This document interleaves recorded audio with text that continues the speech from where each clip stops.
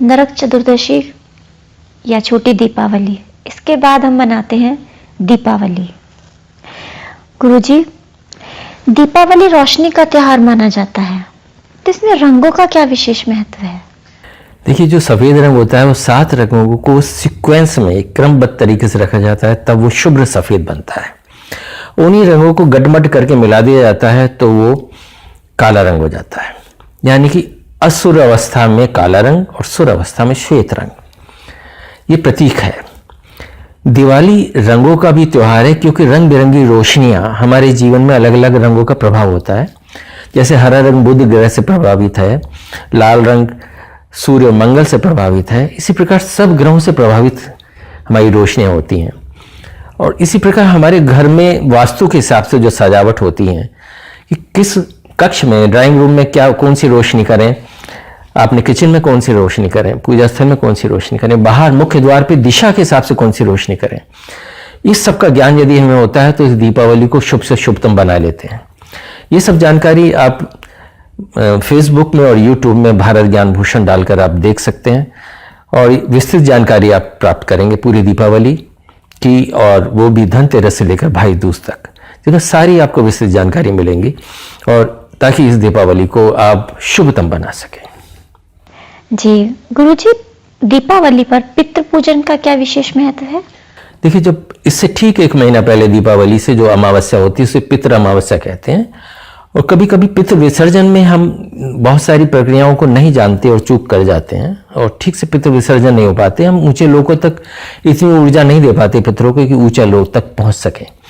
तो आज ये वो अंतिम अवसर मिलता है पितरों को। ये दीपावली बनती ही पितरों के लिए है, और ये दक्षिण दिशा में 7 दीपक पितरों को अर्पित करें और जलाएं, तो और उनसे प्रार्थना करें कि आप ऊर्जा पाएं और दीपकों से और अपने ऊंचे लोकों में जाएं। कम से कम चंद्र लोक में तो जाना ही होता है जो पितृलोक है। तो दीपावली विशेष तौर पर पितरों के लिए हम अपना एक कर्तव्य पालन है और उत्साहपूर्वक कर्तव्य पालन है। जी गुरुजी, दीपावली पर विशेष तौर पर लक्ष्मी जी की पूजा होती है। लक्ष्मी जी के साथ गणेश जी और कुबेर जी की पूजा क्या महत्व रखती है इस चीज में?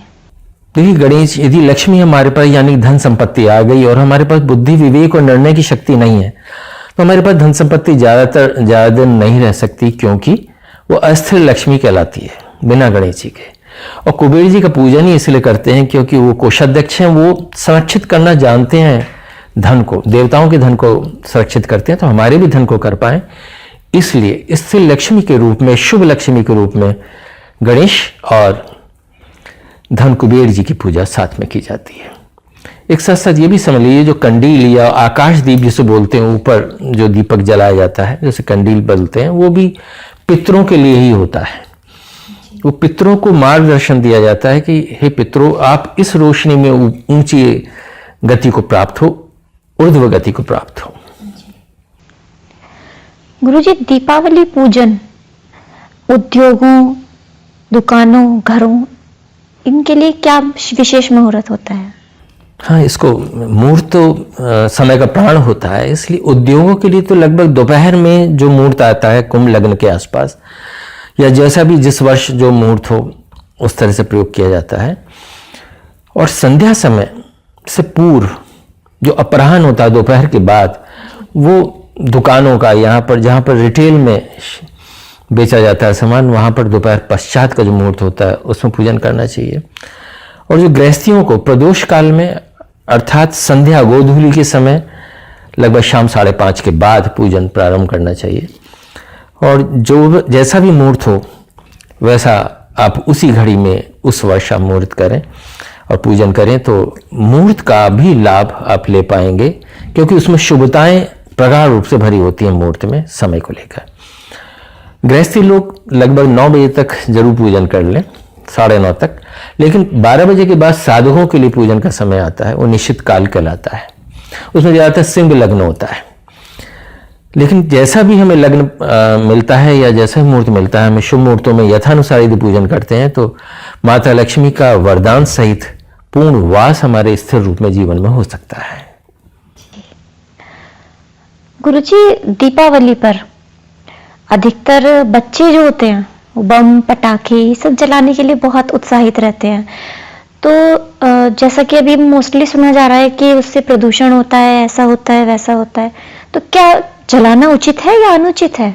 देखिए, जहाँ तक सुनने में तो ऐसा लगता है बम पटाखों की कोई ज़रूरत नहीं है दीपावली पर, केवल फुलझड़ी जला लिए जाए, बिना शोर का, ध्वनि प्रदूषण होगा, कहा तो यही जाता है। लेकिन इसका वास्तविक उद्देश्य क्या है? जितनी भी नकारात्मक ऊर्जाएं होती हैं, जैसे जंगली जानवरों को धूल धमाके से उन्हें अलग भगाया जाता था, इस तरह से नकारात्मक ऊर्जाएं इस समय जो दीपावली की अमावस्या है, जितने भी टोने टोटके और जो इस तरह के करने वाले हैं, क्रिया तंत्र वगैरह क्रिया करने वाले, वो दीपावली को ही करते हैं। हम लोगों पर, जो सामान्य लोग हैं, उन पर कोई दुष्प्रभाव ना पड़े, नकारात्मक ऊर्जाएं जो है स्वतंत्र रूप से विचरण ना कर पाए, इसीलिए ये पटाखों का, बमों का, ध्वनि का प्रयोग किया जाता है ताकि वो भागें। अब इस समय हम मनुष्यों का राज है, नकारात्मक ऊर्जाओं का नहीं, क्योंकि रात्रि में उनका ही राज होता है नकारात्मक ऊर्जाओं का, लेकिन दीपावली पर मनुष्यों का राज है, नकारात्मक ऊर्जाओं का नहीं। इसलिए शोर वाले धमाके करने से उनका, हमारा वर्चस्व स्थापित होता है और नकारात्मक ऊर्जाएं भागती हैं। इसलिए बम पटाखे फोड़े जाते हैं और यदि संभव हो तो जरूर चलाने चाहिए, शगुन के लिए ही सही चाहे। जी गुरुजी, एक अन्य प्रश्न ये है कि जिस प्रकार से दीपावली हम आज मनाते हैं, जैसे कि प्रथा चली आ रही है त्रेता युग से कि अयोध्या वासियों ने दीप प्रज्वलित करके भगवान राम का स्वागत किया था, तो क्या उनके आगमन से पूर्व भी दीपावली इसी प्रकार मनाई जाती थी? देखिए, ये तो युगों के अनुसार बदलता रहता है। आजकल बल्ब, कलयुग में अब इस समय जब से 150 साल से बल्ब आ गए हैं तो बल्बों से रोशनी होने लगी। पहले, उससे पहले दीपक ही जलते थे, कुछ दिन पहले मोमबत्तियां भी जलती थी। तो ये युगों के हिसाब से बदलता रहता है। लेकिन इसका वास्तविक अर्थ क्या है? जैसे अभी बताया, पितरों के लिए 7 दीपक अवश्य दक्षिण दिशा में रखें। तो पितृ तो शुरू से हमारे, त्रेता से भी पहले से हैं।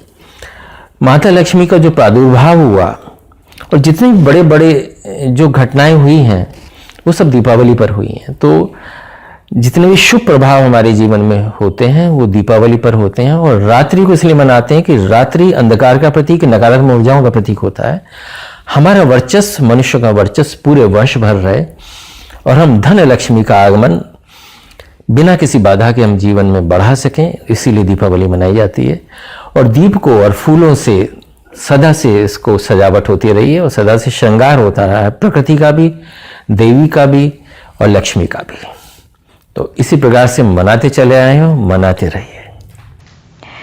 गुरुजी, स्वच्छ भारत अभियान जो हमारा ये चल रहा है, तो इस अभियान में आप कुछ विशेष हमारे दर्शकों को बताना चाहेंगे?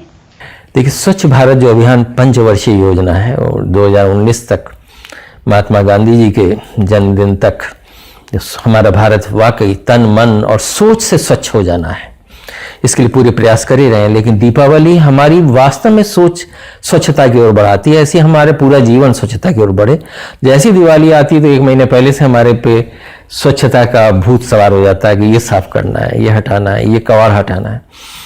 इसी प्रकार से हम पूरे भारत को अपना घर माने, घर हो बाहर हो, स्वच्छता का वातावरण करें, तो स्वच्छता हमारे जीवन में स्वास्थ्य भरा सबसे बड़ा धन आएगा और स्वच्छता से ही लक्ष्मी का प्राकट्य होगा हमारे देश में। यदि हमारा देश धनाढ्य होगा तो हम भी उसका भाग बनेंगे। सभी को दीपावली की शुभकामनाएं। ओम महालक्ष्मी नमः। दर्शकों, दीपावली की बहुत बहुत शुभकामनाएं। धन्यवाद। नमस्कार।